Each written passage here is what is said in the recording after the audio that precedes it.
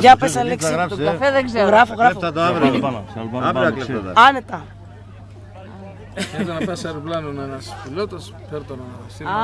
Ναι, τηλέφωνο. Αφού ξέραν τώρα. Δεν το ξέρουν όλοι. Ήταν μια στις κυρίες και κύριοι, ευχαριστούμε που πήσατε με την Aegean Airlines. Ταξιδεύουμε για Μόναχο, η πτήση μας θα είναι πάρα πολύ καλή.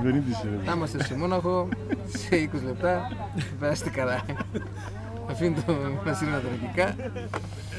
Σάις.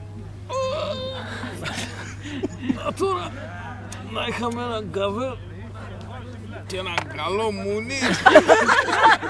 Και έτσι πώς είναι το μικρόφωνο μου, Το μικρόφωνο και έτσι πώς είναι αυτό. Ακουσκέφθηκε το πίσω. Η αεροσυνοδός μόλις ακούω. Πατήρα τρεχτίνο γλύωρα να προλαβαίνει να το μιλάει κι άλλα μαλακία. Σίτια 3 την άδεια και ρίτσες. Είπεν και καφέ. Σου λέει αν δεν πάει γιατί δεν...